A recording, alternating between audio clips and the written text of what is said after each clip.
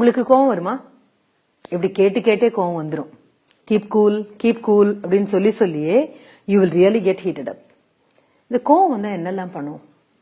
தனி வீடாக இருந்தது அப்படின்னா நம்ம வீட்டுல கத்துறது நமக்கு மட்டும் கேட்கும். 10 வீடு இருக்கக்கூடிய ஒரு வீதியில இருக்கோம் அப்படின்னா 10 வீட்டுக்கும் கேக்குதான்னு பாத்துப்போம். அபார்ட்மெண்ட்ல இருந்தா நம்ம வீட்டுல கத்துனா 4 பேருக்கு கண்டிப்பா கேட்கும். சில சமயம் நம்ம கத்துறது கேக்குதா இல்ல கேட்கணும்னே கத்துறோமா, இதுவும் நமக்கு தெரியறது இல்லை. கத்தி முடிச்சு வெளியில வந்ததுக்கு அப்புறம் கொஞ்சம் கூச்சமா இருக்கும், கொஞ்சம் வெக்கமா இருக்கும். வாயை விட்டு வார்த்தை வெளியில போயிடுச்சு அப்படின்னா இந்த உதடையும் பல்லையும் நாக்கையும் தாண்டி வார்த்தைகள் வெளியில சிந்தியாச்சுன்னு வைங்களேன். ஏதோ குடிச்ச தண்ணி கீழே சிந்திச்சுன்னா துடைக்கிற மாதிரி அது இல்ல, வெளியில விழுந்த வார்த்தைகளை கையால எடுத்து மறுபடியும் வாயில போட்டு மெல்ல முடிஞ்சா எத்தனையோ நல்லா இருக்கும், எத்தனையோ பேர் மென்னு முடிச்சிருப்போம். பல நேரங்களில் பேசி முடிச்சதுக்கு அப்புறம் சொல்லுவான், ஐயோ ஐ நெவர் மென்ட் இட், நான் அப்படியெல்லாம் நினைக்கவே இல்லப்பா, ஏதோ ஒரு வேகத்துல சொல்லிட்டேன், அது அப்படியே உங்க மனசுல படாத இடத்துல பட்டுடுச்சு, காயம் பட்டுடுச்சு அப்படின்னு. வள்ளுவன் கிட்ட கேட்டீங்கன்னா நாவினால் சுட்ட வடு ஆறாதே அப்படின்னு சொல்லிட்டு போயிடுவாரு.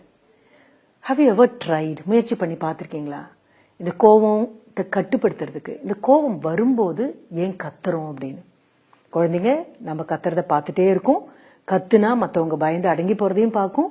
நாளைக்கு அதே ஆயுதத்தை கையில எடுத்து தானும் கத்தும், நம்மள அடக்கும். அது நம்ம 4 பேர் முன்னால கத்துவோம் தெரிஞ்சது அப்படின்னாலே அடுத்த நிமிஷம் பக்கத்துல இருக்கவங்க பயந்து போயிருவாங்க. கொஞ்சம் கூட நாகரிகம் இல்லாம 4 பேர் முன்னால கத்திடுவாருப்பா அப்படின்னு.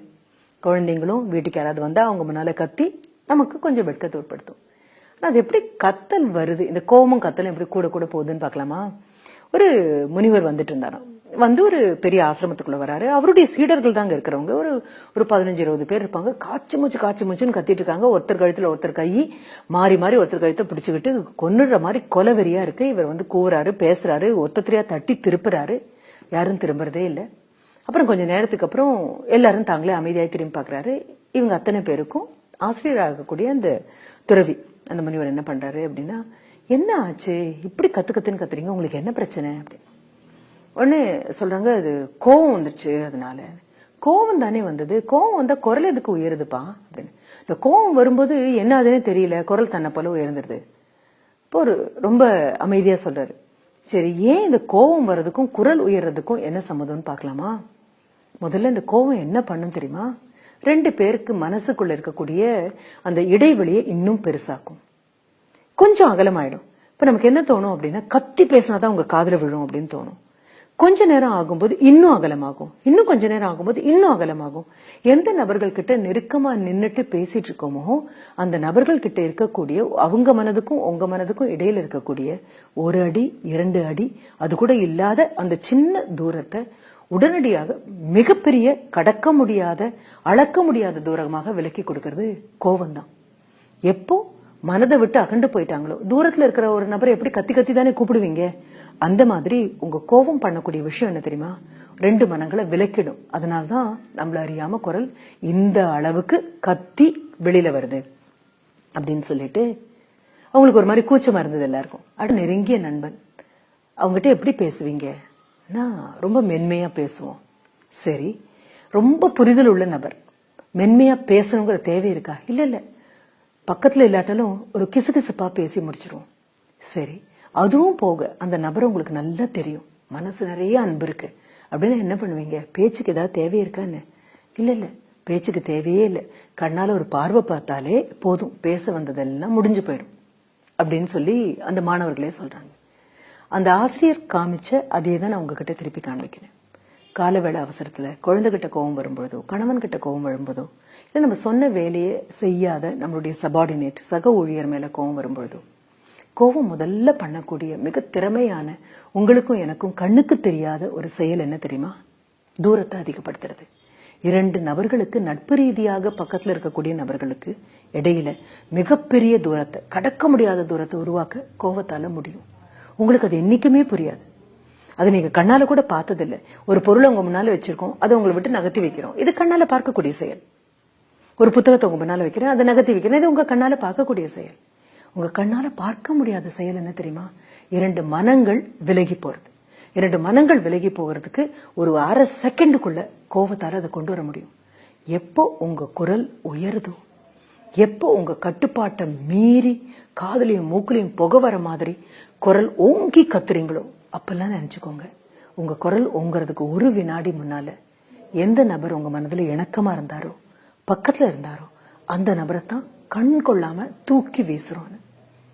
எந்த நபர்கிட்ட உங்களுக்கு அன்பு இருக்கோ, எந்த நபர்கிட்ட மரியாதை இருக்கோ, எந்த நபர்கிட்ட நட்பு இருக்கோ, அப்ப தன்னை போல குரல் குறைஞ்சிரும். வால்யூம் வேண்டவே வேண்டாம். உரத்து பேசுறதெல்லாம் உண்மை அப்படிங்கறதெல்லாம் ரொம்ப அழகான பொய். அது உரத்து பேசினாலும் உண்மை இல்லாம இருக்கலாம். ரொம்ப நெருக்கமான நபர்கள் கிட்ட ஒரு அம்மா தூங்கிட்டு இருக்கக்கூடிய தன்னுடைய குழந்தைய தூளில பிரிச்சு பார்க்கும்போது ஒரு புன்னகை போதும் அவளுக்கு அதனுடைய உடல் நலம் எப்படி இருக்குன்னு புரிஞ்சுக்க. மடியில படுத்துட்டு இருக்கக்கூடிய குழந்தைய தலையை வருடி கொடுக்கும் போது எந்த பேச்சும் அம்மாக்கு கிடையாது. அவருடைய விரல் நுனியெல்லாம் வாயா மாறி விரல் நுனியெல்லாம் தலை மயிர்கால்களை கோதி விடும்போது விரல் நுனியெல்லாம் பேசிட்டே தான் இருக்கும். அம்மா வாயை திறந்து ஒரு வார்த்தை சொன்னதில்லை. ரொம்ப சந்தோஷம். நீங்க பரிசு வாங்கிட்டு ஓடி வரீங்க. எதிரில் இருக்கக்கூடிய அப்பாவோ அம்மாவோ ஒரு புன்னகையால மென்னகையால அப்படியே புரிஞ்சுக்கிட்டு விட்டுடுவாங்க. வாயை திறந்து பேசினதே இல்லை. அன்புக்கு பேச்சு தேவையே இல்லை. அன்பை பொறுத்த வரைக்கும் பேச்செல்லாம் வெறும் ஆடம்பரம் தான், கூச்சல் தான். அன்பு மனசுல நிறையும் பொழுது வீட்டுல சத்தம் இருக்காது, வீட்டுல குரல் ஒங்க மாட்டோம். ஒரு காலத்துல எங்க வீட்டுல ஒரு நாய் வளர்த்துட்டு இருந்தோம். அதுக்கு இந்த கூச்சல் போட்டா பிடிக்கவே பிடிக்காது. வீட்டுல யாராவது 2 பேருக்கு குரல் கொஞ்சம் உயர ஆரம்பிச்சது அப்படின்னாலே வீட்டினுடைய கதவை ரொம்ப பெருசா பராண்ட ஆரம்பிக்கும் தன் நகத்தால. கதவை திறந்து பார்த்தோம் அப்படின்னா எங்க முகத்தை பார்த்துட்டு மூக்க தூக்கிட்டு கண்ணுக்குள்ள பார்த்துட்டு ஊ ஊ ஊ அப்படின்னு ஒரு மாதிரி சத்தம் எழுப்போம். என்ன சொல்ல வந்தது அப்படின்னா, எதுக்காக அமைதியா போகக்கூடிய வாழ்க்கையில் எதுக்காக சத்தம் போடுறீங்க? பறவைகள் தேவைன்னா சத்தம் போடுது, விலங்குகள் தேவைன்னா சத்தம் போடுது. மனிதனுக்கு தேவையில்லாத போது, மற்றவர்களுடைய அன்பு தேவையில்லாத போது நம்ம சத்தம் போடுறோம். அடுத்த தடவை குரல் ஓங்கும் போது ஒரே ஒரு நிமிஷம் யோசிச்சு பாருங்க. மனசுல இருக்கிற நபரை தூக்கி வீசினா மட்டும்தான் குரல் ஓங்கும். கோவம் கண்ணுக்கு தெரியாம இந்த பாதிப்பை மீண்டும் மீண்டும் பண்ணும். நீங்க பண்ணினா குடும்பம் பண்ணும், குடும்பம் பண்றதையெல்லாம் குழந்தைகளும் பண்ணும். குழந்தைகள் கத்துது அப்படின்னா எத்தனை நாள் முன்னால நீங்க கத்துனீங்கன்னு பாருங்க. குழந்தைங்க மிரட்டுது அப்படின்னா எத்தனை நாள் முன்னால நீங்க பண்ணீங்கன்னு பாருங்க. நீங்க பண்ணாத எதையும் குழந்தைகள் பண்ணாது, கத்துறது உட்பட. இனி மென்மையா பேசி பழகலாமா? நமக்கு ரொம்ப தேவை மென்மைதான். மென்மையா பேசினாலும் என்ன பேச முடியும்? உண்மையை பேச முடியும். உள்ளத்துல இருக்கக்கூடிய வார்த்தைகளை அழகா சொல்ல முடியும். பயிற்சி தான் இது எல்லாமே. அடுத்த தடவை கோவம் வரும்போது மனதுக்குள்ள என்ன நினைச்சுக்கிறீங்க? அன்பு போட்டு நிறைங்க, குரல் தன்னை போல மென்மையாகும். முயற்சி பண்ணலாமா?